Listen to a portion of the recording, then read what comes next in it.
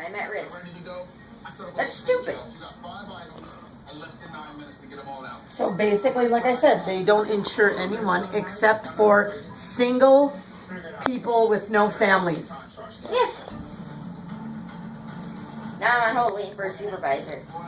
This is going to be good. You got to keep this on. You got to hear this. This is going to be some great... Oh, I got a lot to say. It's me complaining about the general. You're crooked. And what did the general do? What does the general do? Because we are caregivers for Barbara over there and we drive her to and from doctors, we cannot be insured. Because it is a risk. That's horseshit. So apparently it's not a risk doing anything else but driving somebody else to the doctors. I don't know. Oh. Makes no sense. If you're driving by yourself, you're not at risk, but if you're driving with someone else in the vehicle, you're too much of a risk and you cannot be insured by the general. Thank you. Then you're at a risk driving your daughter and granddaughter to school. Yes, that's what they're saying. I'm trying to figure this out. I don't understand this. Because I gave him all the answers that he needed, and then because the simple fact that we actually we take Barbara to the doctors. She's through Iris. It's covered by Iris and everything. And we're her caretakers. It's our job to take her to and from the doctors. And the gentleman that I was spoken with told me that that's too much of a risk to be covered in insurance. But as a parent, I take my kid to and from the doctors, to and from school. That's also a risk. Anything having to do with anything is a risk. So what exactly would be the problem of us driving her to a doctor's?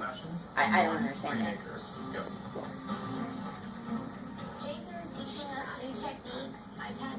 Basically, the whole risk. Someone is compensated for transporting a person back and forth anywhere. Unfortunately, right now, I understand that there's situation. I want to take that I understand that, it's like a family member and it's still different to you. And personally, I would view it as different either. It's just really that our provisions of our contract, it doesn't allow for, there's like no gray area. It doesn't allow us to make any exceptions. The because you're compensated for it, our contract specifically says that we can't run it. So does that mean anybody that has a job that uses your vehicle to drive to and from work shouldn't be covered by the general because they're getting compensated to go to work? Yes, they're not getting compensated to drive to and from work. They're getting compensated for their work. Being compensated to drive a person back and forth to a doctor's visit. I understand it's a minimal risk and it's, it's not speaking completely of the workers. But what I'm saying is within our contract delays, all it says is if someone's compensated, my thing is, I think that workers usually put it in there for someone that maybe doesn't on a larger scale, but it doesn't differentiate. It doesn't tell us that, hey, it's just one person, that they're, it's like a family member, it's just sometimes we don't have the authority to make the exception to say, okay, we can take this risk, but we can't take, the next one comes along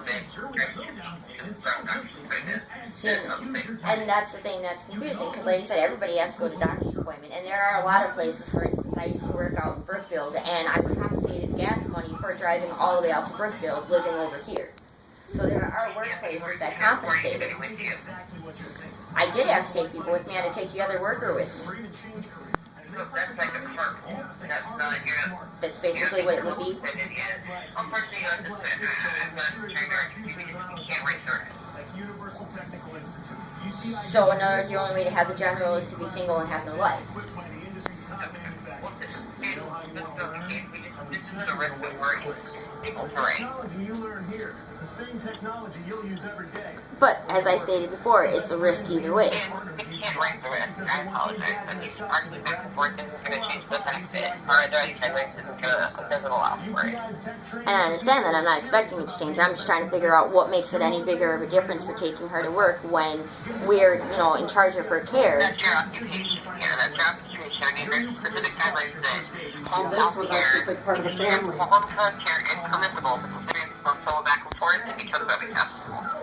In our guidelines, our guidelines, people that, issued our policies and approved our underwriting guidelines to the state said, hey, we cannot issue policies for people that our mobile home health care and transport their patients, so they're caregivers for. If it was just home health care, it would be fine, but the fact that we put her in a your car and you transport her back and forth, unfortunately our company at that point isn't able to write through it. Because she lives in the same house. It's not like we're picking her up from anywhere else. It doesn't matter, man. We can't write this right. Like I said, our email and forth is not